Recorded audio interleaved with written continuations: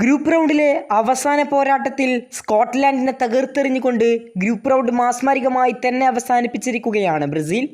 എതിരില്ലാത്ത 3 ഗോളുകൾക്കാണ് സ്കോട്ട്ലാൻഡിനെ ബ്രസീൽ പരാജയപ്പെടുത്തിയത്. മത്സരത്തിൽ ബ്രസീലിനായി വിനീഷ്യസ് ജൂനിയറിൻ്റെ മാജിക് കണ്ട പോരാട്ടത്തിനൊടുക്കം 3 ഗോളിൻ്റെ തകർപ്പൻ വിജയം. നെയ്മറിൻ്റെ തിരിച്ചുവരവ് കൂടി കണ്ട പോരാട്ടമായിരുന്നു ഇത്. മത്സരത്തിൻ്റെ ആദ്യ പകുതിയിൽ തന്നെ വിനീഷ്യസ് ജൂനിയറിൻ്റെ ഇരട്ട ഗോളിലൂടെ ബ്രസീൽ മുന്നിലെത്തുന്നു. രണ്ടാം പകുതിയിൽ മാത്യസ് കുഞ്ഞ നേടിയ ഗോളിലൂടെ പട്ടിക പൂർത്തിയാക്കുന്നു. 75-ാം മിനിറ്റിൽ കുഞ്ഞയ്ക്കു പകരം ബ്രസീലിനായി നെയ്മർ കളത്തിലേക്ക് ഇറങ്ങുന്നു. ഈ തകർപ്പൻ വിജയത്തോടു കൂടി തന്നെ ബ്രസീൽ പോയിന്റ് ടേബിളിൽ 1-ാം സ്ഥാനക്കാരായിരിക്കുകയാണ്. 1-ാം സ്ഥാനത്തുള്ള ബ്രസീലിനും മൊറോക്കോക്കും 7 പോയിൻ്റാണുള്ളത്. എന്നാൽ ഗോൾ ഡിഫറൻസിൽ ബ്രസീലാണ് 1-ാം സ്ഥാനത്തേക്ക് എത്തുന്നത്. ബ്രസീലിന് 6 ഗോളിൻ്റെ ഡിഫറൻസ് ഉണ്ട്, 6 ഗോളിൻ്റെ പ്ലസ് പോയിന്റ്. എന്നാൽ മൊറോക്കോക്ക് 3 ഗോൾ ഡിഫറൻസ് ഉള്ളൂ.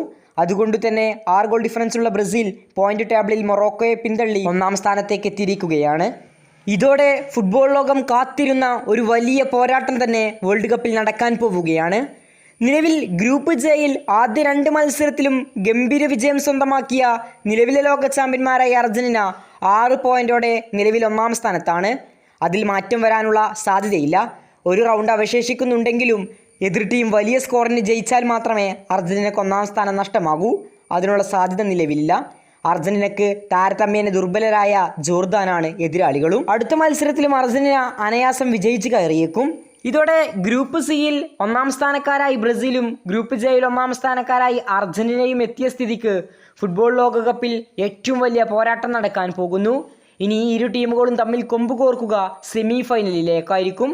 മറ്റുള്ള റൗണ്ടുകളെല്ലാം കടന്ന് ഇരു ടീമുകളും മുന്നേറിയാൽ ഫുട്ബോൾ ലോകം കാത്തിരിക്കുന്ന ബ്രസീൽ അർജന്റീന സെമി ഫൈനൽ ലോകകപ്പ് നമുക്ക് കാണാനാകും.